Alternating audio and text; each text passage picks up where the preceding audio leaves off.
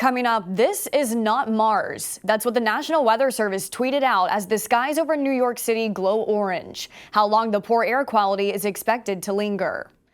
And a knife attack at a playground in France this morning critically injures 8 people, many of which are children. The rundown starts now.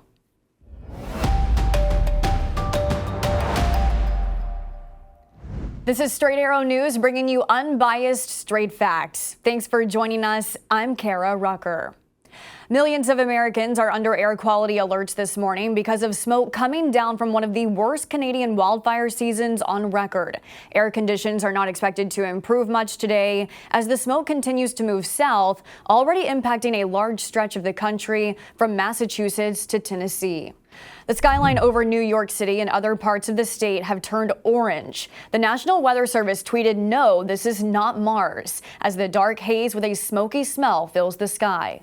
The Federal Aviation Administration says it has slowed air traffic in the Northeast and Mid-Atlantic as the region deals with smoke from the burning Canadian wildfires. Many schools in the area canceled outdoor activities, and the New York Yankees and Philadelphia Phillies have postponed games, all due to the air quality. Yesterday, the situation worsened considerably, and certainly we're feeling those effects today. This is typically a West Coast phenomenon. We're used to following the news of the fires out west as well as in Canada.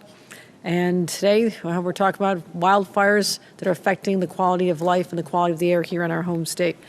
President Biden spoke to Canadian Prime Minister Justin Trudeau yesterday, sending over 600 U.S. firefighters and personnel, as well as equipment like water bombers, to help Canada battle the historic wildfires.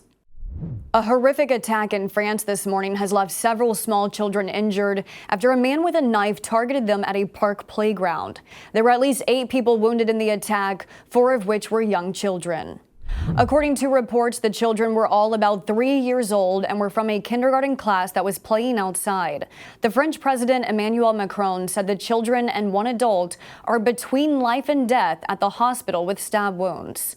Authorities were able to arrest the suspect at the scene.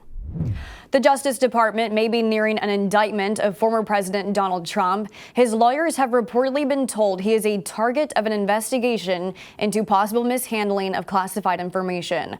Evidence on the case was presented to a grand jury in Miami on Wednesday. Justice Department regulations allow prosecutors to inform individuals that they are targets of a grand jury investigation before prosecutors seek an indictment. This typically gives the individual an opportunity to testify before the grand jury.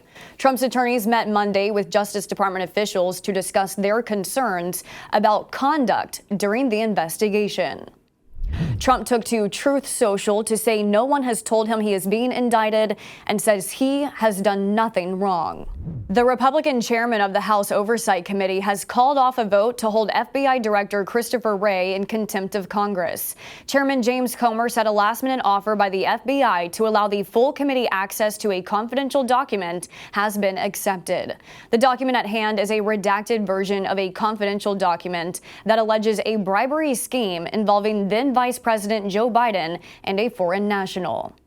This is part of a larger breakdown between Republicans and the FBI, which has intensified this year. Some conservative lawmakers talking openly about trying to defund the Bureau. An attempt by Republicans to block President Biden's student loan forgiveness program has been vetoed by the president. The bill had passed both the House and the Senate earlier this month with support from some moderate Democrats pushing it through. It aimed to block the president's promise to cancel up to $20,000 of debt for millions of students.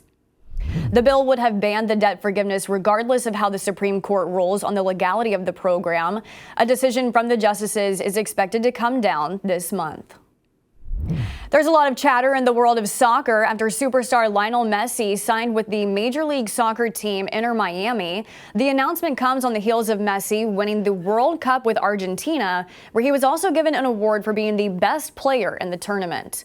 Inter Miami is co-owned by retired soccer player David Beckham, and there's speculation an opportunity for Messi to eventually co-own his own franchise was part of this deal. These are your top stories. Thanks for joining us for the rundown. We're on a mission to bring back trustworthy journalism by serving only you, not an agenda. Be sure to check out more of our work at straightarrownews.com. And you can also find the latest rundown episodes available as a podcast on all major podcast platforms. We'll see you back here tomorrow. Until then, I'm Kara Rucker. Have a great day.